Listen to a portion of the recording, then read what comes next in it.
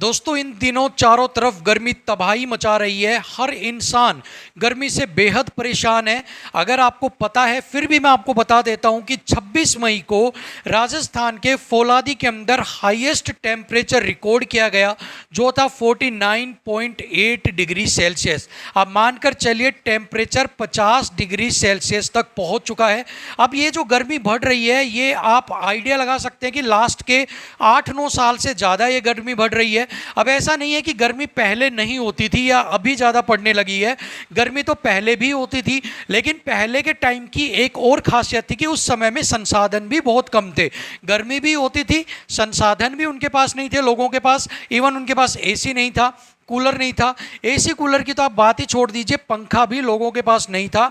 गर्मी के दिनों में पूरा पूरा दिन जो पेड़ है उसके नीचे लेटकर लोग जो है वो गर्मी का जो दिन है वो बिता दिया करते थे। लेकिन अगर सेम कंडीशन अब मैं आपसे पूछता हूं कि क्या अब आप इस गर्मी के मौसम में पूरा दिन पेड़ के नीचे बिता सकते हैं? सो आपका सबसे पहला सवाल तो यही होगा, नहीं, इतनी गर्मी में पेड़ के नीचे लेटना तो दूर की बात, बाहर निकलने का भी मतलब नहीं है। और दूसरा यहाँ पर सबसे बड़ा सवाल यही आएगा कि आखिर में ये पेड़ हैं कहाँ? जो 2-4 जो पेड़ बचे हैं वो शायद गर्मी से जल जाएंगे या फिर कल उनको काटने की तैयारी कर दी जाएगी। ऐसे में एक रिपोर्ट के अनुसार आप मानकर चलिएगा कि ये जो टेम्परेचर है, जो प्रीवियस ईयर से, जो प्रीवियस डिकेड्स था उनसे इंक्रीज हुआ है, वो 3 टाइम इंक्रीज यहाँ पर हुआ है। यानी कि जो पीछे जो इंक्रीज होता आ रहा था उससे ये आने वाले जो 2-3 साल हैं इनके अंदर 3 गुना जो टेम्परेचर है वो यहाँ पर बढ़ गया है।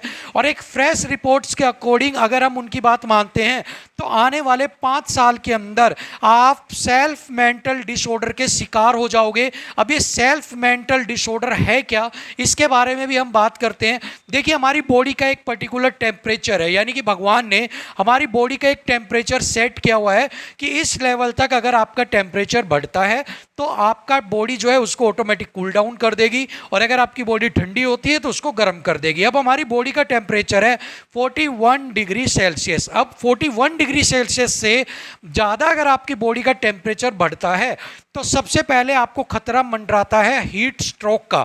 अब ये हीट स्ट्रोक क्या है? हीट स्ट्रोक के अंदर आपकी जो बॉडी का टेम्परेचर है वो इतना ज़्यादा बढ़ जाता है कि आपकी जो बॉडी है वो उस गर्म आपकी जब बॉडी हो जाती है तो उसको कूल डाउन नहीं कर पाती है। अब अगर आपकी बॉडी कूल डाउन किसी चीज़ को नहीं कर पाएगी तो मतलब आपका जो सिस्टम है बॉडी का वो प्रॉपरली काम करना बंद कर देता है।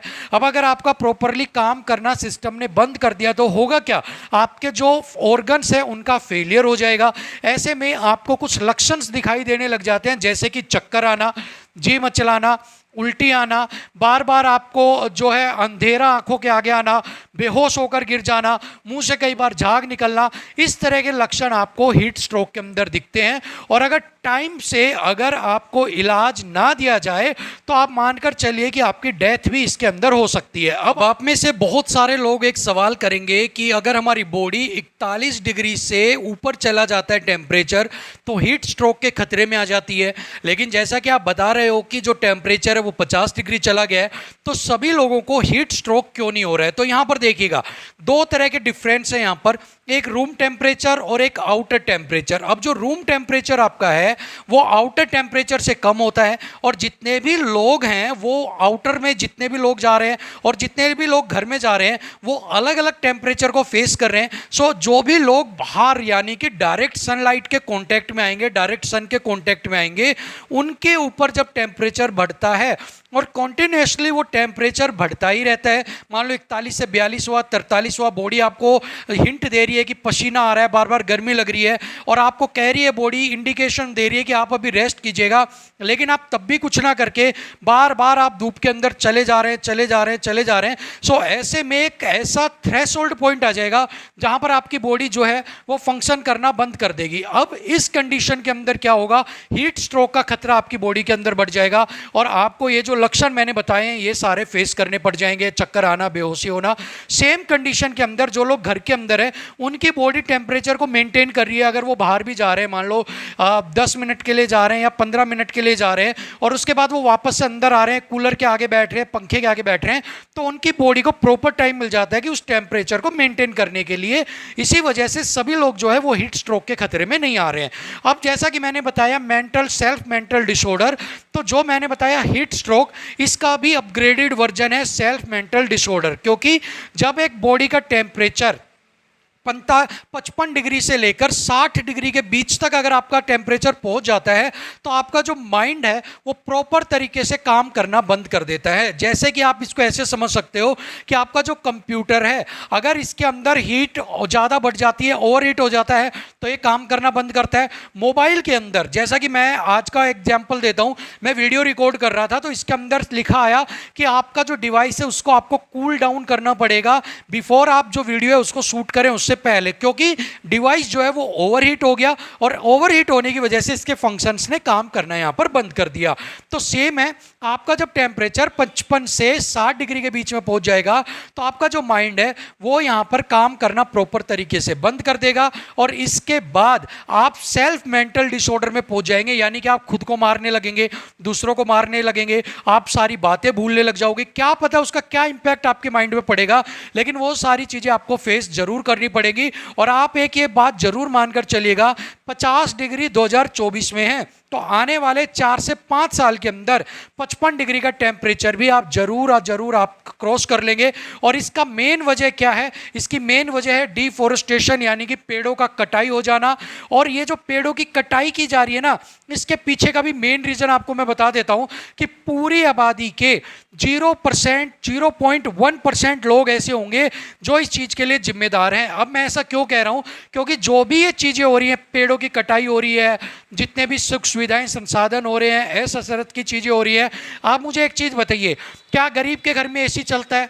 क्या गरीब के घर में फ्रिज चलता है? क्या गरीब के घर में मर्सिडीज कार चलती हैं? नहीं चलता। ठीक है, क्या जो मिडिल क्लास फैमिली है, क्या उसके घर में दिन रात एसी चलती है? नहीं चलती। वो जितना कमाएगा वो एसी के बिल में थोड़ी ना देगा, उसके घर में कूलर चलेगा या पंखा चलेगा। ठीक है, इसके अलावा कितने ऐसे जो अमीर जो गरीब लोग हैं जो गाड़ियां चलाते हैं, बाइक चलाते हैं, कितने ऐसे मिडिल क्लास है जो हर छोटी छोटी चीज के लिए अपनी गाड़ियां निकालेंगे।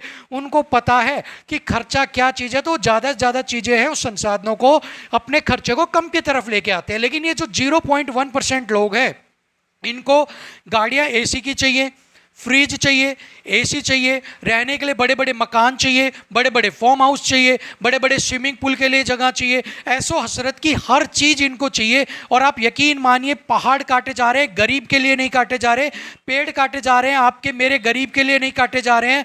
बड़े बड़े जो एसी बनाए जा रहे हैं, जो बड़े बड़े सुख सुविधाओं के साधन किए जा रहे हैं, आपके और गरीब के लिए, मेरे लिए नहीं किए जा रहे, ये किए जा रहे हैं 0.1% लोगों के लिए।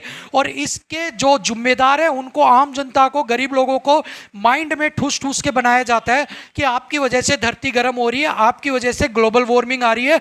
जबकि बेचारा गरीब और मिडिल क्लास तो कुछ कर ही नहीं रहा है, मजे मक्खन घी तो खा रहा है बड़े वाला, और उनके बाद जो बातें गालियां सुन रहा है वो सुन रहा है आपका नीचे जो गरीब और मिडिल क्लास है वो। सो यहां पर इन 0.1% जो लोग हैं, अगर इन्हें सुधार दिया तो आप मानकर चलिए देश अपने आप सुधर जाएगा, गर्मी का माहौल सुधर जाएगा, ग्लोबल वार्मिंग सुधर जाएगी, सब चीज यहां पर आपकी सुधर जाएंगी। और ये जो धरती है ना, ये अपनी कोई खानदानी नहीं है, हमारी खानदानी जमीन है, ये हमारे पूर्वजों ने हमें दी। हमारी जिम्मेवारी है कि हम इस जमीन को अपने आने वाली जनरेशन को जैसे हमें मिली थी पूर्वजों से, वैसी की वैसी लौटाएं। और इसका लिए एक ही उपाय है कि ज़्यादा से ज़्यादा आप इसके लिए पेड़ लगाइए। ज़्यादा से ज़्यादा आप पेड़ लगाएंगे, वैसे ही हमारी जो प्रकृति है वो हरी होती जाएगी। अब आप देखिएगा कि यहाँ पर अब क्या होगा कि आप यहाँ पर जन्मदिन है, एनिवर्सरी है, कोई खास मौका है, उसको यादगार बनाने के लिए 2, 4, 5, 6 पेड़ जितने आप लगा सकते हो उतने पेड़ लगाइएगा। और हाँ, सबसे पहले ये बात दूसरों को बताने से पहले एक पेड़ आज रात को, कल सुबह जाके जरूर लगाइएगा। और उसके बाद आप लोगों को बताइएगा कि आप पेड़ लगाओ। और उसके बाद ये जो मेरी वीडियो है ना, ये उन लोगों के पास जरूर भेजिएगा। और उसके बाद आप अपने पेड़ लगाते हुए भी की जो वीडियो है वो भी जरूर भेजिएगा, ताकि उन लोगों को पता लग सके और वो भी मोटिवेट हो सके। क्योंकि अगर आप बिना खुद पेड़ लगाए अगर ये काम करेंगे ना, तो आपसे जरूर पूछेंगे, अच्छा हम मुझे बड़ा आया तू बताने वाला, तूने पेड़ लगाया? और ऐसे में आप उसे कह सकते हैं मैंने पेड़ भी लगाया, उसकी वीडियो भी भेजी, अपना फर्ज भी निभाया, और अब बारी है आपका अपना फर्ज निभाने की। ठीक है, अब अगर आप इसी तरह से लगे रहेंगे, इसी तरह से अगर आप मेहनत करते रहेंगे, तो एक दिन हमारी पृथ्वी भी हरी भरी रहेगी और आने वाली जो जनरेशन्स है वो भी उस पृथ्वी को देख सकेंगी, उस पृथ्वी के बारे में समझ सकेंगी जिनकी कल्पना उन्होंने या तो किताबों में की होगी या फिर कभी अपने बड़े बुजुर्गों के मुंह से सुनी होगी। लेकिन इन 0.1% के लोगों का बायकॉट जरूर कीजिएगा, ताकि इनको पता लग सके कि ये धरती इनकी भी जागीर नहीं है और ये सभी के रहने के लिए बनाने